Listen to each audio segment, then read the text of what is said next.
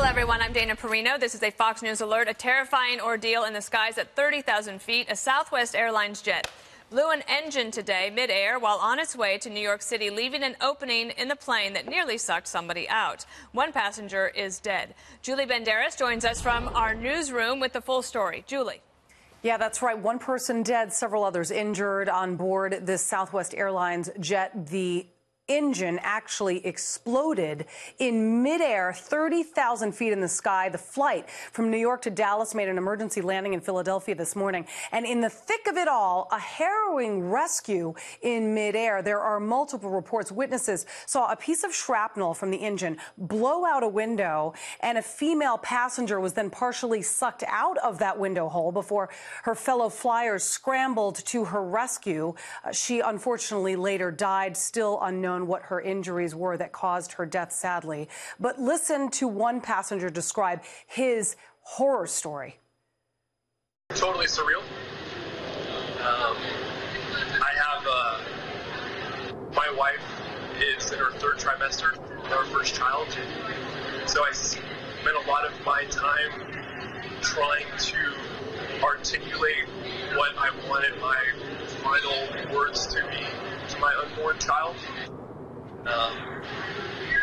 To my wife, to my parents.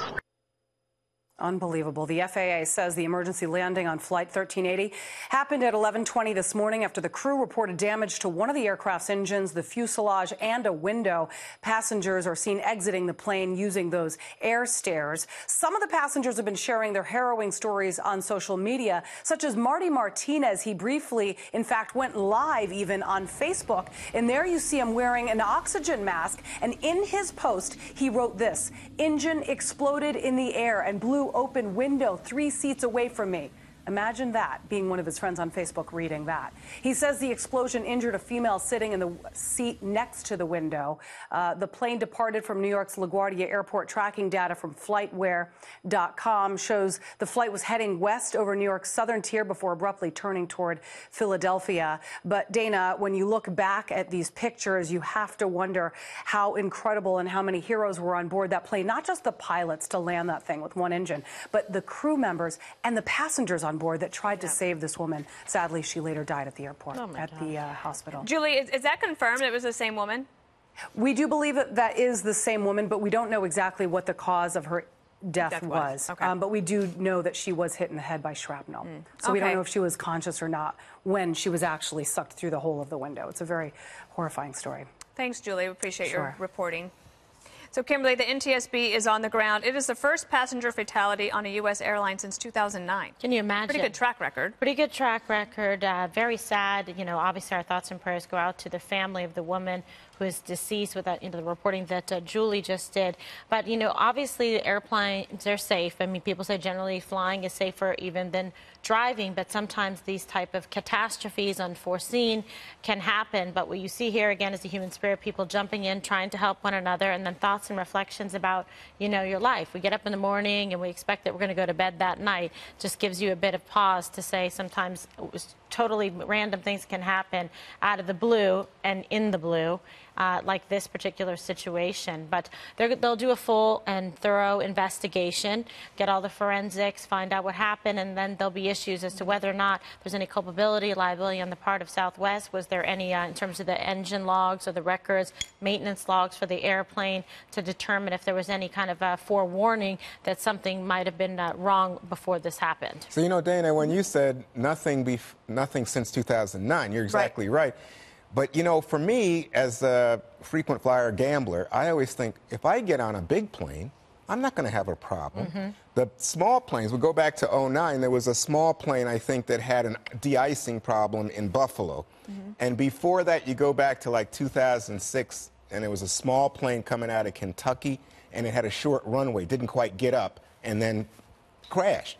And then you lose, I think in both cases, you lost 45, 50 people. In this case, you're on a big plane, a Boeing 737. They never have problems.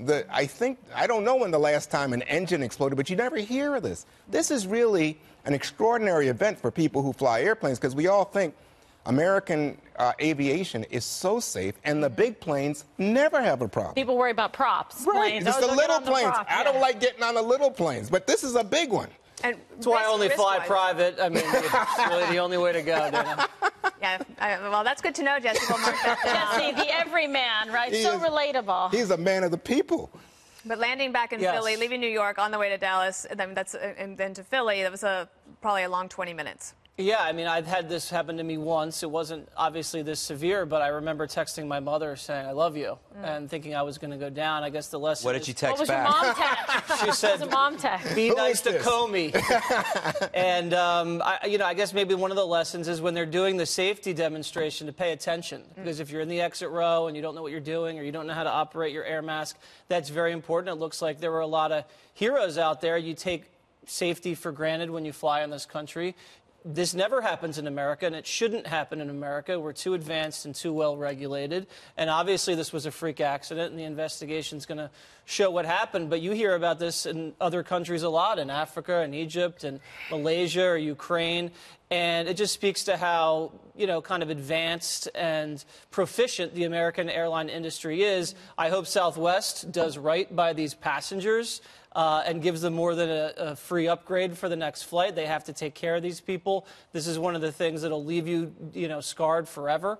And the stock price has taken a huge slide today. It recovered a little bit. But Southwest, it's ranked really high, according to the other airlines. But at the same time, they've had a lot of PR disasters. They've had the computers crash. They've had these emotional support dogs bite people. They've had fights. They've had to drag women out that were fighting and kicking and screaming. They serial overbook flights. They don't do that anymore. So hopefully Southwest can recover from this, and all these people, I hope, are recovering too. Greg, one thing that's really different now than even since 2009, this last time that there was a fatality on a plane, is that social media now allows you to actually experience it and to see it, and to, as Julie was saying, that's quite harrowing, but we wouldn't have known any of that before social media. Yeah, and we probably wouldn't have led with it, because I don't think we should have led with this story. Oh, I mean, there are 40 million flights a year.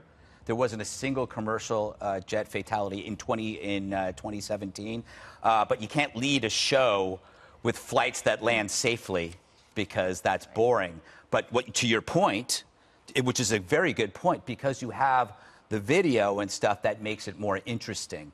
And sometimes that makes a story bigger than it should be in many different ways. It's amazing when you see the flight trackers. You ever see the video when they show all the flights going over every little inch of the country, how safe it actually is? Because this never happens. Yeah, and I mean, thousands of flights, up in the air all at once. It's amazing how they're able to make sure everyone lands safely. System. Yeah, I mean, when you think about the fact that 600,000 people die every year from heart disease, and I guess, that's not as exciting a visual. No, but there's something serious here, which is my old boss, Ben Bradley at the Post, used to say, we don't cover all the safe landings at National Airport. That's my point. And that's your point, and I understand it. But at the same time, to understand what happened with someone in a window seat who is being pulled out of the window while the plane is in the air, Greg, and other people are over there, and they're, according to the accounts on board, she was bleeding. There's blood all over. I mean, that's a pretty wild experience. I understand. What happens, Kimberly, from the legal standpoint, from the Southwest lawyers, NTSB lawyers, et cetera, and also possibly for the passengers?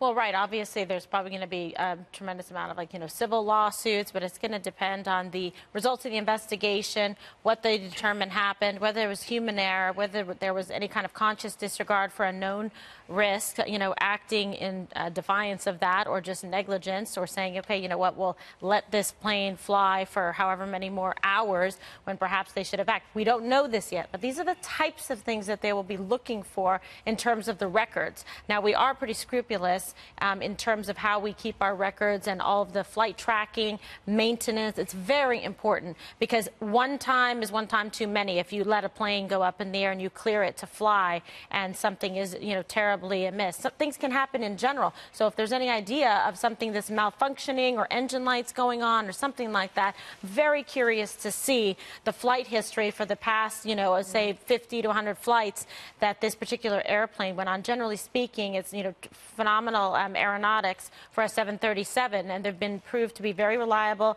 have a tremendous safety record. So now we'll have to see what went wrong here and how Southwest can improve upon it. They do a lot of short flights, quick commuter flights, that type of thing with their airplanes.